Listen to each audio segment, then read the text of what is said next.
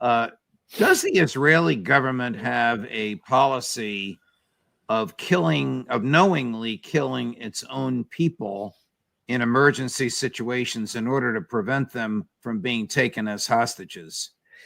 It's called the Hannibal Directive or the Hannibal Procedure. And this procedure was a secret military proposal or military policy that first emerged after the Jibril Agreement, an agreement that Israel engaged in for the release of Ahmed Jibril, who was then the head of the Palestinian Liberation Front General Committee. And he was exchanged for something like he had taken something like 6 Israeli soldiers hostage, and they were exchanged for something like 1,600 Palestinians.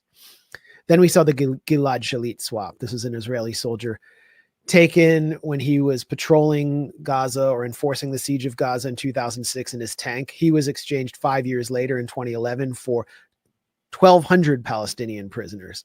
So it's very politically painful for Israel to engage in a swap for one of its captured soldiers or citizens. The first time the Hannibal procedure was revealed, this secret procedure, was actually when I was in the Gaza Strip in 2014, when a soldier named Colonel Hadar Golden was captured. Lieutenant Hadar Golden was captured by Palestinian militants in the southern city of Rafah.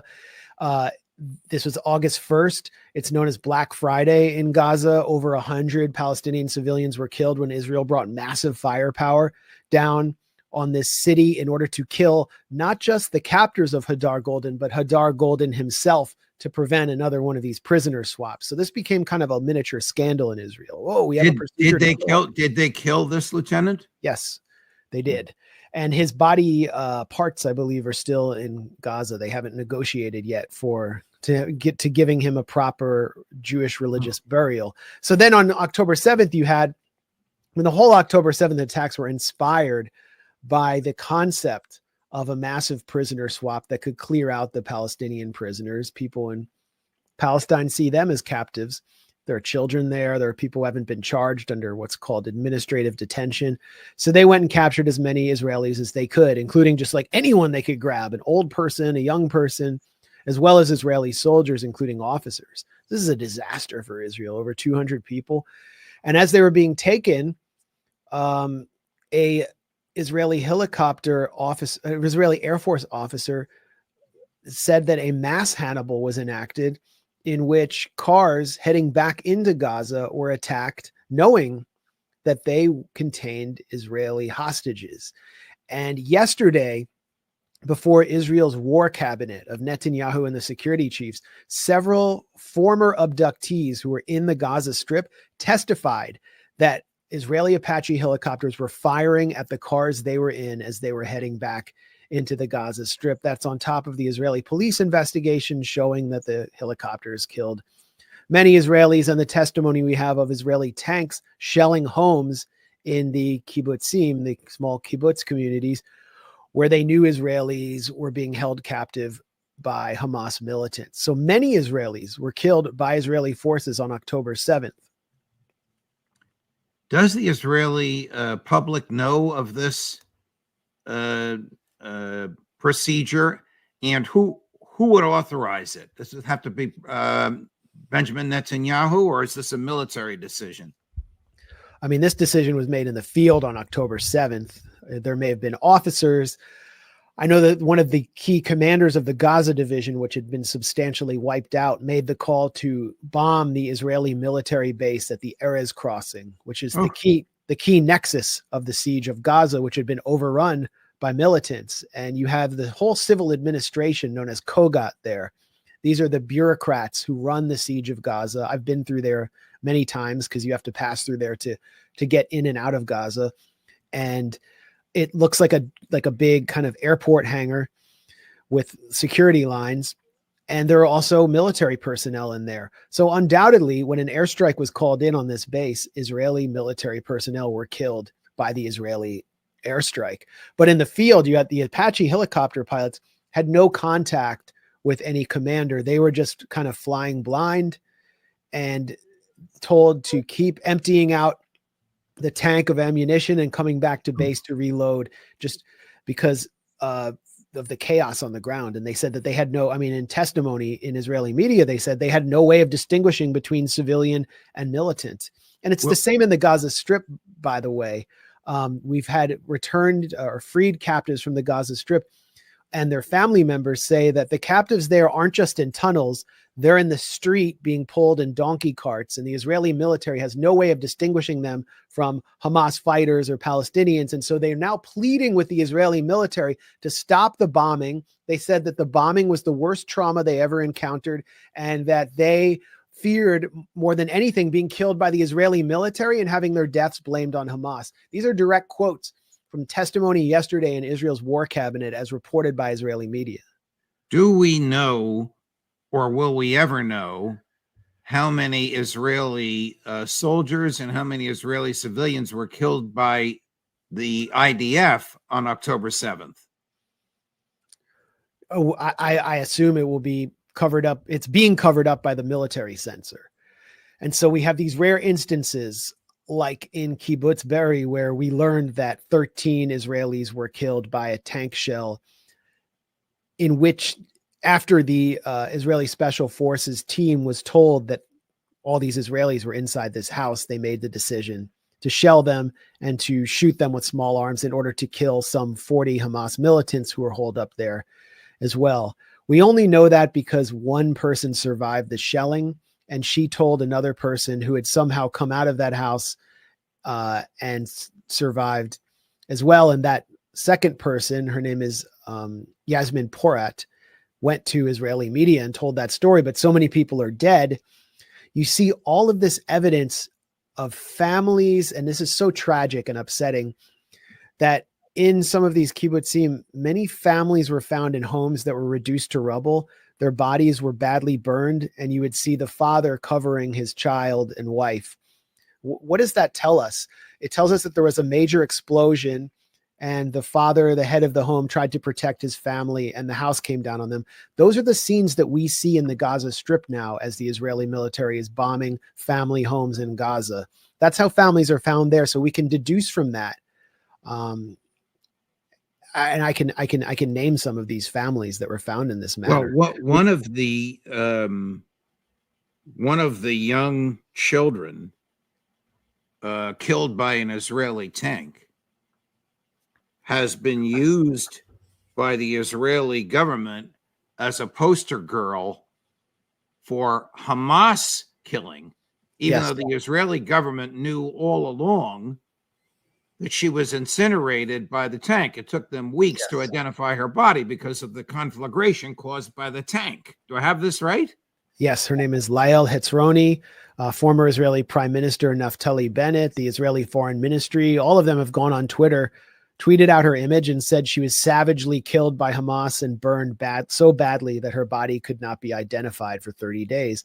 And we know for a fact from 2 witnesses of her killing that she was killed by Israeli tank shelling. And they knew that she, her twin brother, and her great aunt, who was her caretaker, were in the home with her.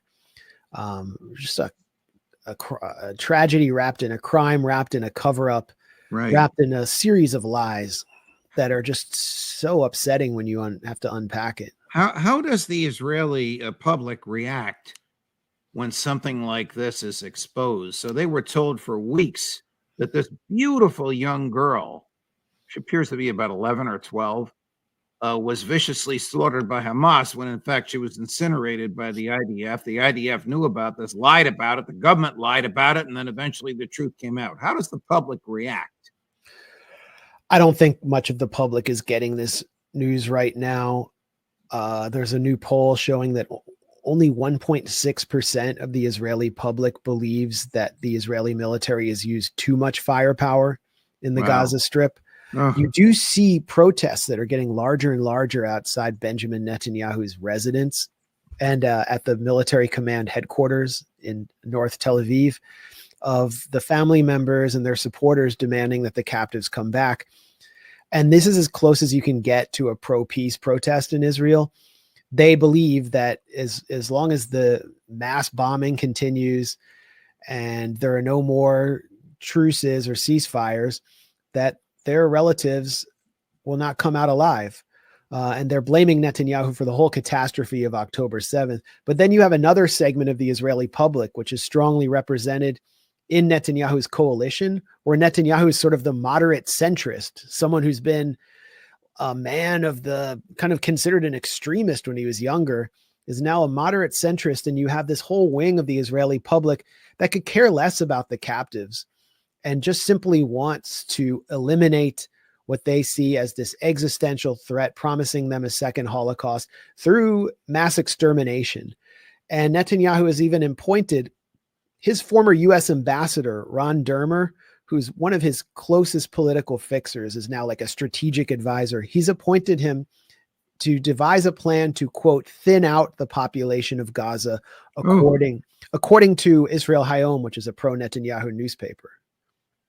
Did Netanyahu and his government ignore warnings of the likelihood of this attack? Either the warnings that came from Egypt or the warnings that came from the all-female tank group, or what the New York Times says is Israeli intel that warned of this almost precisely, even to the point of where Hamas would break through in the fence and the barriers a year earlier. I want to be careful with this because a lot of this reporting is coming from sources that want Netanyahu out, that are trying to make him take the fall for a failure that was extended well beyond him and his little political network, and reached deep into the military intelligence apparatus. And so, you know, you look at the New York Times reports and who's leading them. It's a guy named Ronan Bergman. He's an Israeli reporter, and he wrote a book called Rise Up and Kill, which is a history of Israel's assassination policy. You look at who blurbed that book. It's a lot of many of the security chiefs, the former Mossad and Shin Bet chiefs, who are leading the campaign against Netanyahu, and they're his sources. So I think what actually happened was that the Palestinian counterintelligence and Hamas's political leadership, led by Yahya Senwar, who spent much of his life, maybe most of his life, in an Israeli prison, tricked the Israelis and tricked Netanyahu into believing that they had no plans to attack, that they just wanted an economic peace. And they managed to pull off a major intelligence coup, conceiving the largest military operation against Israel since 1973 without using any advanced technology that Israel could have surveilled, and carrying it out in very disciplined fashion. And I think Israel's intelligence services, we hear so much about how brilliant they are. They're kind of a paper tiger, as is Israel's military. We see right now Israel's military is able to destroy many civilian homes. They're winning the war on Palestinian babies and Palestinian women. But the Al-Qassam brigades, which is the armed wing of Hamas, is still in the field. It's still fighting. It's still ambushing Israeli fighters. It's still appearing out of tunnels and killing them. And so far, Israel's military campaign has not achieved any real objectives. Does Benjamin Netanyahu bear culpability for not the creation, but the support and expansion of Hamas as a resistance to the PLO in the West Bank? Well, every Israeli leader has had a policy of fragmenting Arab unity on a geopolitical scale. So making alliances with countries like Ethiopia or Turkey, and small minority groups like the Christian Phalange in Lebanon to create fragmentation, or within the Palestinian public playing Fatah and Hamas off one another. But what Netanyahu is trying to do with Gaza is to simply prevent the inevitable, which was the explosion of the volcano that we saw on October 7th, through an economic peace, the kind of thing he achieved in parts of the West Bank, like the city of Ramallah, by giving, he'll give out like thousands of work permits to impoverished workers in Gaza so they can go work in the West Bank. He thinks that he can sort of pay them off, and simultaneously every year or two, they'll do what they call a mowing of the lawn operation, where they'll kill a number of Hamas operatives and terrorize the public for a few days, or as much as 51 days. And then they'll call it quits, allow Hamas to stay there in a weakened state. And now the volcano has exploded. Netanyahu's whole policy of mowing the lawn and economic peace has been discredited, and they're moving towards the final solution of what they started in 1948. Oh, it's just terrifying to. I mean, I admire you immensely, but it's terrifying to hear that phrase, final solution. But I guess in Netanyahu's mind, it is. You may know this fellow, Alon Pincus, the former Israeli consul general in New York. I myself have met him. Here's what he had to say about Netanyahu's complicity in the expansion of Hamas. The reason they ignored this stems or is derived from a policy that he dictated, and that was that Hamas is deterred, that Hamas does not pose a major military threat, that Hamas intends to keep the status quo, and that strengthening Hamas via funneling funds and endorsements from several Gulf states is a recipe that he endorses and promotes in order to weaken the Palestinian Authority. Agree or disagree? I mean, I know what I understand this narrative and where it's coming from. Hamas was built up to undermine Fatah and the more secular Palestinian factions in the 1980s. It was allowed to operate freely in the Gaza Strip by the Israeli occupation authorities then. Netanyahu's allowed Qatar to transfer money to Gaza. But the reality is that, first of all, Hamas has a mass popular base. In the 2006 legislative elections, it actually won in the West Bank, not Gaza. The West Bank that the Palestinian Authority controls, and that the general trend in this region has been to more religious or Islamist politics. It's very popular there. So I don't know what Netanyahu could have done to put this in the box forever.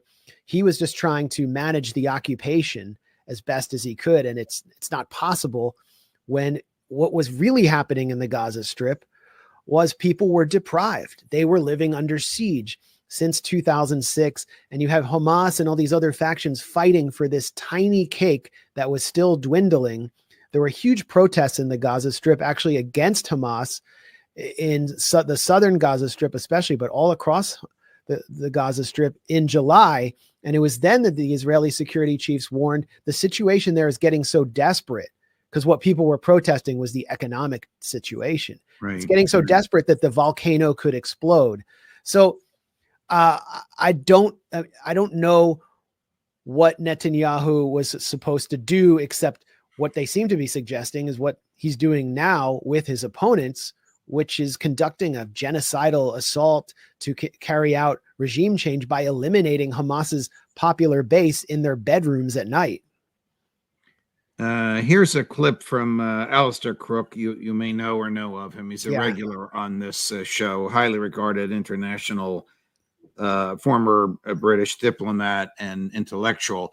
This is going to take you back to your comments earlier about the vitality of Hamas fighters in the streets against the IDF. And at the same time, we've seen increase of attacks by Hamas on the Israelis. 60 Israelis have died in an ambush. I'm not sure that it's exactly 60, but it's certainly round about 60. It's reported in the Israeli press that it's 60. Is that a significant number, Alistair? 60 Israeli soldiers killed in an ambush? In one incident, yes. 60 is quite big for one incident. They put bombs all around, and the Israelis walked into it, and then they finished them off with automatic rifle fire. But there have been others. The Israelis have been killed in tunnels. They've laid traps, taken them into tunnels, and then collapsed the tunnels on them. And in the north, there's been heavy fighting. Does the Israeli public know this? Well, the Israeli public is very sensitive to deaths of soldiers. The first movement, sort of putative anti-war movement in Israel, known as the Four Mothers, began during the first Lebanon War because the death toll was getting too high. That's why Israel's the pioneer in drone technology, because they would prefer to fight from a distance, and a very small, tight-knit society. You can't lose lots of soldiers. I know the exact incident that Alistair is referring to. I don't know if 60 soldiers died there. They were attacked in their tents by fighters who emerged from tunnels, and the tunnels just happened to be right under their tents. But I didn't see the actual attack. I haven't seen any Israeli military reports or corroboration. The 60 was claimed by Al-Qassam, but they're losing soldiers day after day. And that really does raise questions about how long this can go on before it becomes too politically painful, along with the fact that the captives, many captives, are still there. And it also speaks to the fact that Israel is not achieving the military objective of eliminating Hamas and its military wing. They are eliminating thousands and thousands of civilians according to their doctrine. This is their military doctrine of terrorizing civilians so that the political leadership gives up. But the political leadership in Gaza has already crossed the line, and they're not going to give up. Does the Israeli cabinet believe that there are any innocent Palestinians? We can listen to the words of the Israeli president, Isaac Herzog, who said there are no civilians in Gaza. There is no distinction between military and civilians. We can listen to the words of Netanyahu when he referred to the Palestinian population as Amalek, who were the biblical transgressors from the book of Deuteronomy who attacked the Hebrews as they fled Egypt and were exterminated by God. And so he's basically calling for extermination. We can spend the rest of today quoting Israeli leaders on their intent to exterminate the Palestinian population. But the Israeli military doctrine is based on this idea of the terrorist's next door neighbor being dangerous.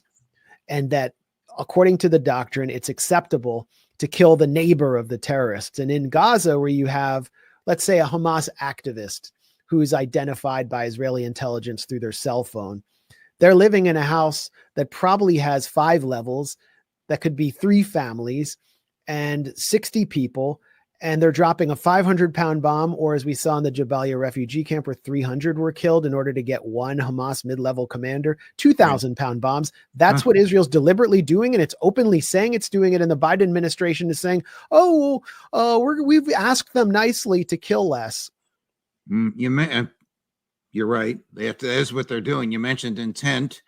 Here is a haggard-looking, exhausted Secretary Blinken trying to explain the difference between intent and results. You've talked about what you made clear to Prime Minister Netanyahu and the War Cabinet, but what concrete and specific assurances have you gotten from them, if any? Based on what you heard from them today, are you confident Israel will follow the international laws of war in southern Gaza when it resumes its military operations? Thank you. Thanks, Samara.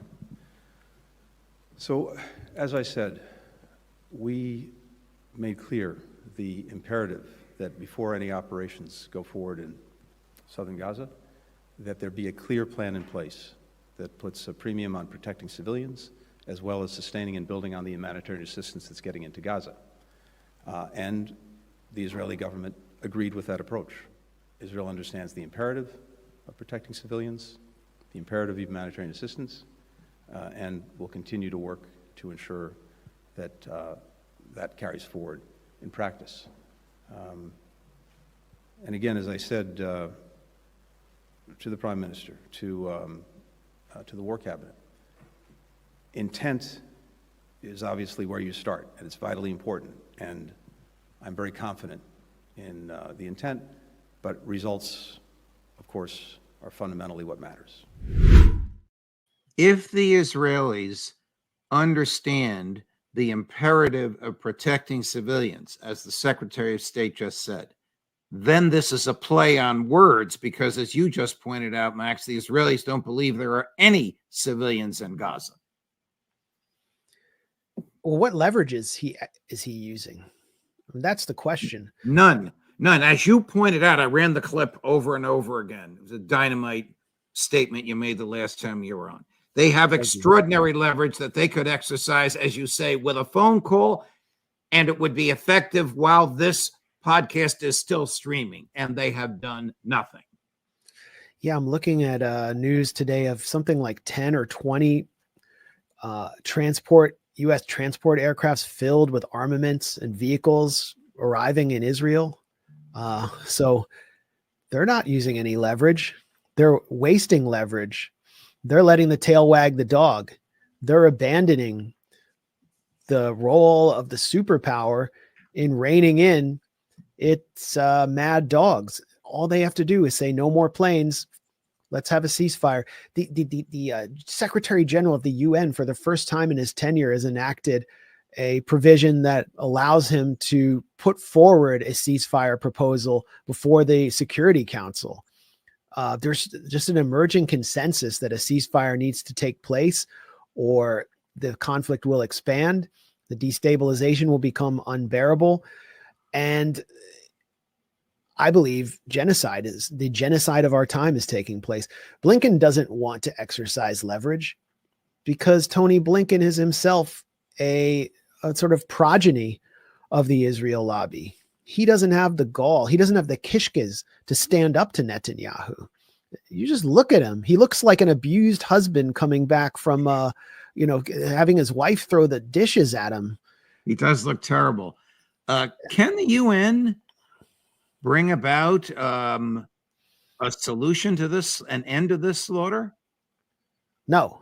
The UN has proven itself to be feckless and toothless in the face of this slaughter, and the U.S. is a permanent veto in favor of Israel in the Security Council. There is seemingly no international institution that's been willing to act. And you have the head of the ICC, the International Criminal Court, Karim Khan. This is the guy who issued an arrest warrant for Vladimir Putin for evacuating ethnically Russian children from the eastern Donbass region to the Russian Federation to get them out of the war zone, accusing them of mass child abduction. And he's in Israel now seeking warrants against Palestinians. He actually wants to indict.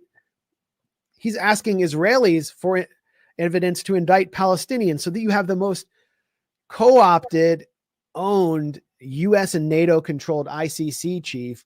So I don't know who, though the Palestinians are just saying the world has completely failed us. And that's why they're turning to the gun. That's why they believe that their only protectors are their fighters or Hezbollah in southern Lebanon. That's why that is happening. I mean, just go back to Arafat's famous speech. The first time the Palestinians ever appeared at the UN, he brought an olive branch in one hand and a Kalashnikov rifle in the other. And he said, you can take the olive branch or the gun. Please accept the olive branch. And the world has taken the olive branch. And when I say the world, I mean the US and its vassals. And it's taken that olive branch, buried it underground, and fertilized the ground with the blood of thousands and thousands of Palestinian children. Max, thank you very much. You're a tiger when it comes to unearthing the facts and presenting them in a humanistic and compelling and deeply moving way. I hope you'll come back again with us next week. Thank you so much. I look forward